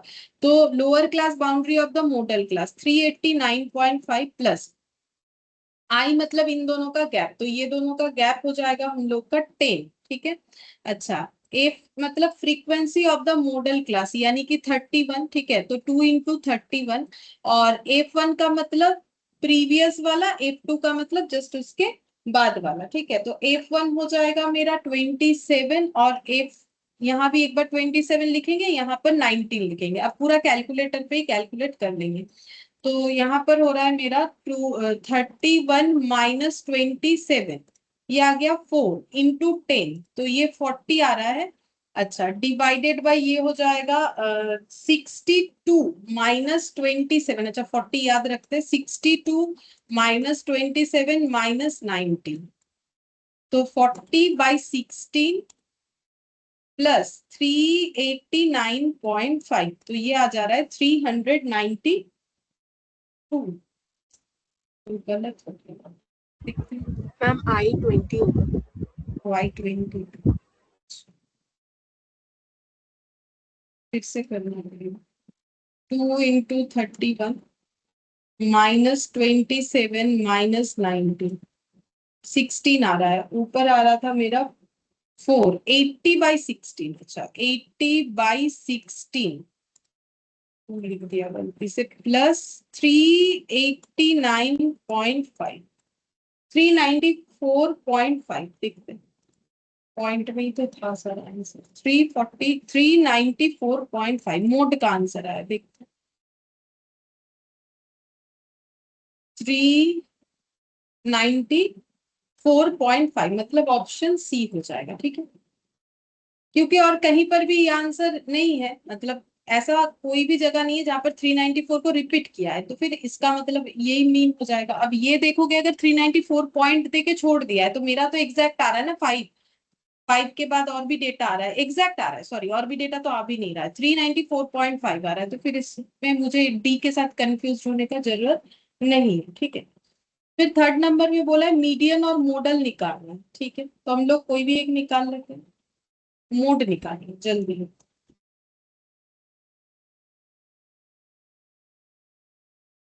अच्छा तो यहाँ पर देखो हम लोग का बिलो 5, बिलो 10 ऐसे करके बिलो 30 तक है। तो फिर 0 से 5, 5 टू 10, 10 टू 15, 15 टू 20, 20 टू 25 और 25 से लेके 30। ठीक है। अच्छा फ्रीक्वेंसी में लिखेंगे 10, 15, 20, 10 ओ अच्छा, ये क्यूमुलेट किया हुआ है ऑलरेडी, क्योंकि देखो इंक्रीजिंग है, तो ऐसा मतलब इंक्रीजिंग डिक्रीजिंग फ्रीक्वेंसी कभी नहीं होता है, ठीक है, फ्लक्चुएट करता है। तो 10 के बाद 25 45 ऐसे दिया हुआ है, तो ये हम लोग का CF दिया हुआ है, ठीक है। मैंने डायरेक्ट आंसर ही कर लिया गलती से, हम CF लिख देते जो गिवन है हमारे क्वेश्चन में, 10 25 फिर उसके बाद 45 55 62 65 55 62 और 55, ठीक है। 62 और 65 65 देख लेते हैं, हाँ। तो अब हम लोग निकालेंगे फ्रीक्वेंसी, 10 10 से 25 लेस करेंगे तो 15 15 से 45 लेस कर देंगे तो 20 20 से 55 लेस कर देंगे, कितना आ जाएगा? 10 से 20 25 से 10 लेस किया 15 45 से 25 लेस किया 20 55 से 45 लेस करेंगे तो 10 और 62 से 55 लेस करेंगे 7 और 65 और 62 का डिफरेंस 3, तभी तो क्यूमुलेट करने से इतना आएगा ना। 10 में 25 ऐड ऑन करोगे 25 25 में 20 लगाओगे 45 45 में 10 लगाओगे 55 55 में 7 लगाओगे 62 62 में 3 लगाओगे तो 65 आ जाएगा, ठीक है। तो ये हो गया क्यूमुलेट से फ्रीक्वेंसी कर लिया ट्रांसफर। मोड निकालेंगे, मोस्ट हाईएस्ट फ्रीक्वेंसी जो है जो कि 20 है, तो मेरा ये हो जाएगा मोडल है, ठीक है। तो L1 plus F minus F1 divided by 2F minus F1 minus F2 into I, ठीक है। तो L1 हो गया 10, F मतलब frequency of the modal class यानी कि 20, F1 मतलब ये इसके प्रीवियस वाला, F2 मतलब इसके बाद वाला, तो ये हो गया 15 15 इंटू 2 30 माइनस, सॉरी ये 20 20 होगा, F है, अच्छा F1 15 और F2 हो जाएगा 10 और I हो जाएगा दोनों का डिफरेंस यानी कि 5। अब कैलकुलेशन करेंगे तो ये हो गया 40 माइनस 25, 40 माइनस 25 कितना होता है? 40 माइनस 25 डिनोमिनेटर में जो है 15, अच्छा 5 इंटू 5 25 25 डिवाइडेड बाई 15 प्लस 10 11.666 ऐसे आ रहा है, 11.666 अप्रोक्सीमेटली ऐसे चलता जा रहा है। देखते हैं ऑप्शन, तो हम लोग का आंसर दिया है 11, ये वाला आ रहा है मोड का आंसर। देखो ये सब प्रॉफिट इन 1000 था, तो इस डेटा को इन 2000 कर दो, क्योंकि ये डेटा इन 1000 में लाएंगे तो हमें आंसर प्रॉपरली मिल जाएगा। तो इसका मतलब 11666 ये रुपीज में हो जाएगा 11666, तो 11666 मतलब ऑप्शन सी हो जाएगा। तो इन्होंने 7 कर दिया, इसको हम लोग भी कर सकते हैं, ठीक है, ऑप्शन सी हो जाएगा। क्योंकि देखो हमारा आंसर कैसे होना चाहिए, 1000 में ही होना चाहिए ना, तो ये देखो इसीलिए। और 11.67 जो लिखा हुआ है, और ये हम लोग का पहले आया है ऑब्वियसली 11.67, लेकिन इसका आंसर ना 1000 में ही है। मतलब ये कंफर्म कैसे करोगे, वो भी एक बात है, सही बात है कि कैसे कंफर्म करोगे, ये और ये तो एक ही चीज है, इसको इंटू 1000 करने से ये आ जाएगा, बात तो सही है। तो इसके लिए क्या करना पड़ेगा, तुम लोग को इसका मीडियन भी निकालना पड़ेगा, है ना। इसका मीडियन अगर निकाल लोगे तो पता चल जाएगा कि ये आंसर है ना कि ये आंसर है, ठीक है। तो फिर तुम लोग उससे कैलकुलेट करके लिख सकते हो। वैसे इसका CF निकला हुआ है, चाहो तो मीडियन निकाल सकेंगे, तो ये कंप्लीट कर लेते हैं इसको, क्योंकि इसमें मीडियन नहीं निकालने से कंफ्यूजन रह जाएगा आंसर में, ठीक है। तो हम लोग मीडियन निकाल लेते, क्यूमुलेटिव फ्रीक्वेंसी तो निकला हुआ, तो मीडियन का होता है L1 प्लस n/2 माइनस CF divided by F into I, बस कैलकुलेशन ही तो करना है। तो n/2 सबसे पहले निकालेंगे, तो n मतलब होता है टोटल ऑफ क्यूमुलेटिव फ्रीक्वेंसी, जो कि आया है 65 65/2 करते, 65/2 करने से आ जाएगा 32.5, 32.5 कहाँ बिलोंग करेगा, यही 10 to 15 में ही बिलोंग करेगा। तो 10 हो जाएगा L1, 10 हो जाएगा L1,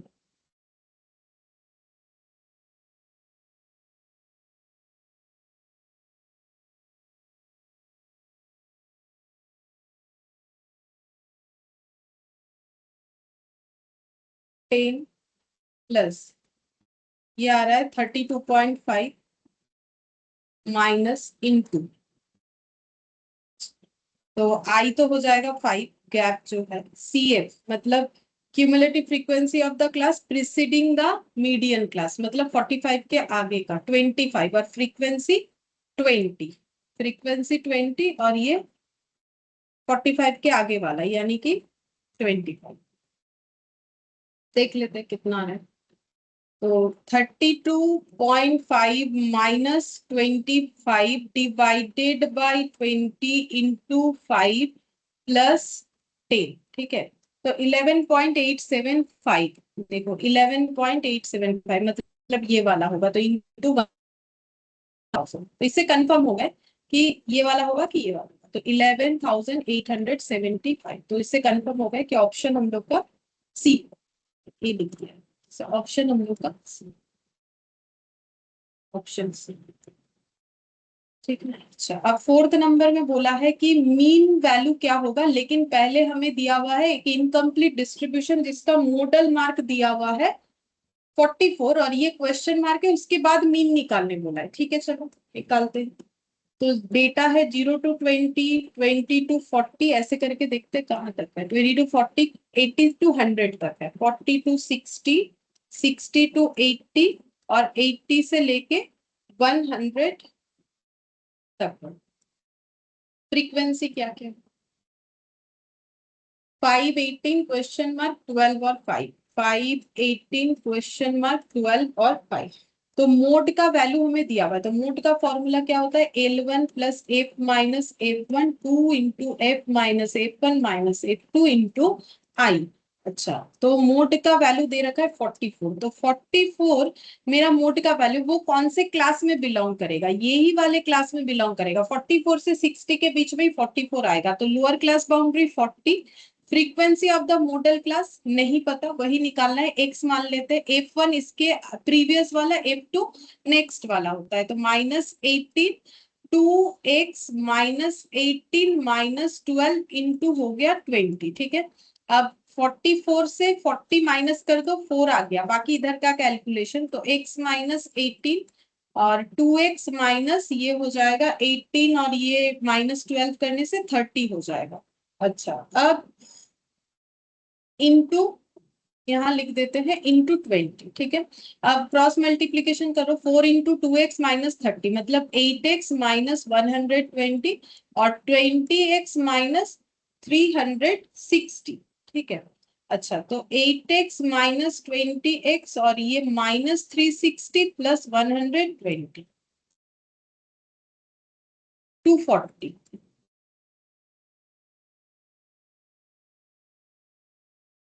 -240 बाई -12 मतलब 20 आंसर आ, ठीक है।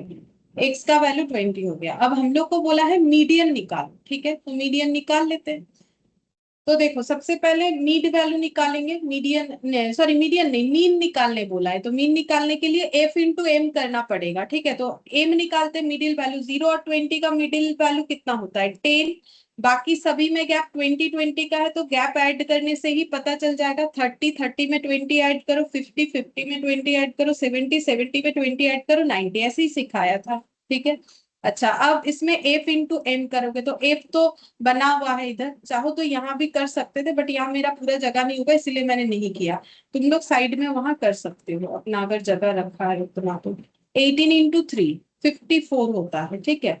फिर ये क्वेश्चन मार्क 20 आया, 20 इंटू 50 ये हो जाता है 1000, 70 तो 12 7 84, 5 7 84, ठीक है। 5 इंटू 9 450, ठीक है। अब ऐड करते हैं, तो 450 प्लस 50 500, 500 500 1000, 2000, 2040, 2040 और 840, 2040 प्लस 840, तो 2880 टोटल, 2880।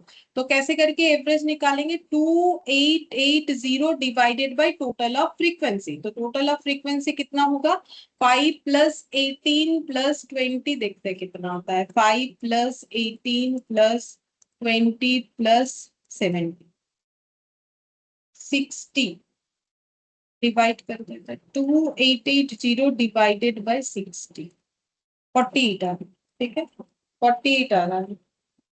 देखते हैं 48 हम लोग का कौन सा ऑप्शन है, फोर्थ नंबर, यहाँ ऐसे 4 दे दिया है डी के बदले, ठीक है, मैंने वही लिख दिया, बाकी ABCD रहता है। और काफी सारा है। 5th नंबर,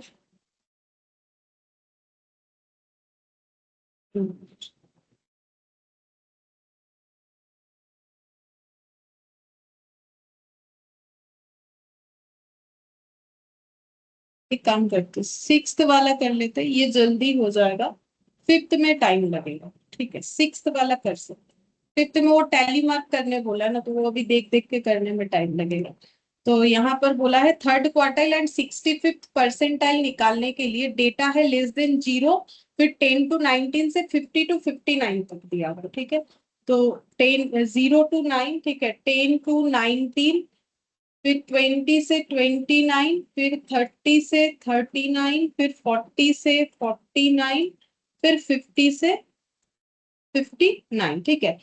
और इसको अगर हम लोग जो है इसमें ओवरलैपिंग करेंगे तो ये 9.5 19.5 हो जाएगा, तो वो हम देख लेंगे कितना होगा, क्योंकि हमें तो मिडिल मतलब परसेंटाइल वगैरह निकालने बोला है, सारे क्लासेस का हमें जरूरत भी नहीं है।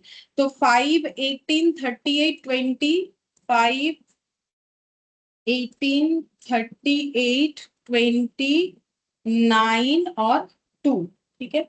तो CF निकालेंगे क्योंकि हमें परसेंटाइल बोला है, तो 5 में 18 ऐड करोगे तो 23, 23 में 38 ऐड करने से 30 और 20 50, 50 और 8 और 3 11, मतलब 61, 61 ये हो गया 81, 81 में 9 ऐड करने से 90, 90 में 2 ऐड करेंगे तो 92 हो जाएगा, ठीक है। अच्छा, अब हम लोग को बोला है कोई भी एक निकाल लेते, Q3 निकाल लेते, क्वार्टाइल 3 भी बोला है, देखो हम लोग को क्वार्टाइल, 3rd क्वार्टाइल और 65th परसेंटाइल। तो 3rd क्वार्टाइल कैसे निकलेगा, L1 plus 3 into N/4 minus CF divided by F into I, ठीक है, सिर्फ यहाँ पर ये वाला चेंज होता है।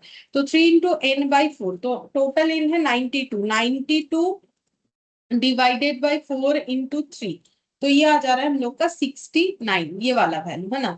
तो 69 कहाँ पर बिलोंग करेगा, तो ये हम लोग का इधर बिलोंग करेगा, ठीक है। तो फिर 30 से 39, तो 30 लिखोगे तो गलत हो जाएगा, इसको लिखना चाहिए 29.5, मतलब बिना चेंज किए जस्ट याद करके हम लोग कर सकते हैं। अभी पूरा लिखेंगे तो कितना टाइम लगेगा, और कभी ऐसा क्वेश्चन आ भी जाए तो पूरा लिखना भी नहीं चाहिए, है ना। ओवरलैपिंग दिमाग में रखो कि 29.5 होगा 30 का। अच्छा, अब एफ हो गया फ्रीक्वेंसी 20 और CF हो जाएगा 61, आई हो जाएगा। अब डिफरेंस निकालते हुए 9 मत लिख देना, क्योंकि ये 29.5 और ये 39.5 होगा, तो जरूरत पे इस क्लास को बस इतना सा चेंज कर लो, ठीक है। अब इसके बेसिस पे सारा चीज करना है, तो फिर ये 10 लिखना पड़ेगा, तभी जाके सही आंसर निकलेगा। तो शॉर्टकट कर सकते हैं हम लोग, करना भी चाहिए, बट बाकी चीजों का भी ध्यान रखना पड़ेगा। प्लस 29.5, तो ये आ जाएगा 33.5। देखते हैं क्या एक आंसर से हो जाएगा, ऑप्शन चूज कर सकते हैं या नहीं कर सकते। तो यहाँ भी इंटू 1000 करना पड़ेगा, ठीक है, चलो कर देते हैं इंटू 1000। तो यहाँ पर आंसर आ गया 33,500। तो 33,500 मेरा क्वार्टाइल का आंसर है। 33,500 कहीं रिपीट नहीं हुआ है, तो ऑप्शन ए ही आंसर हो जाएगा, बाकी नहीं भी निकालेंगे तो भी चलेगा, ठीक है। अच्छा,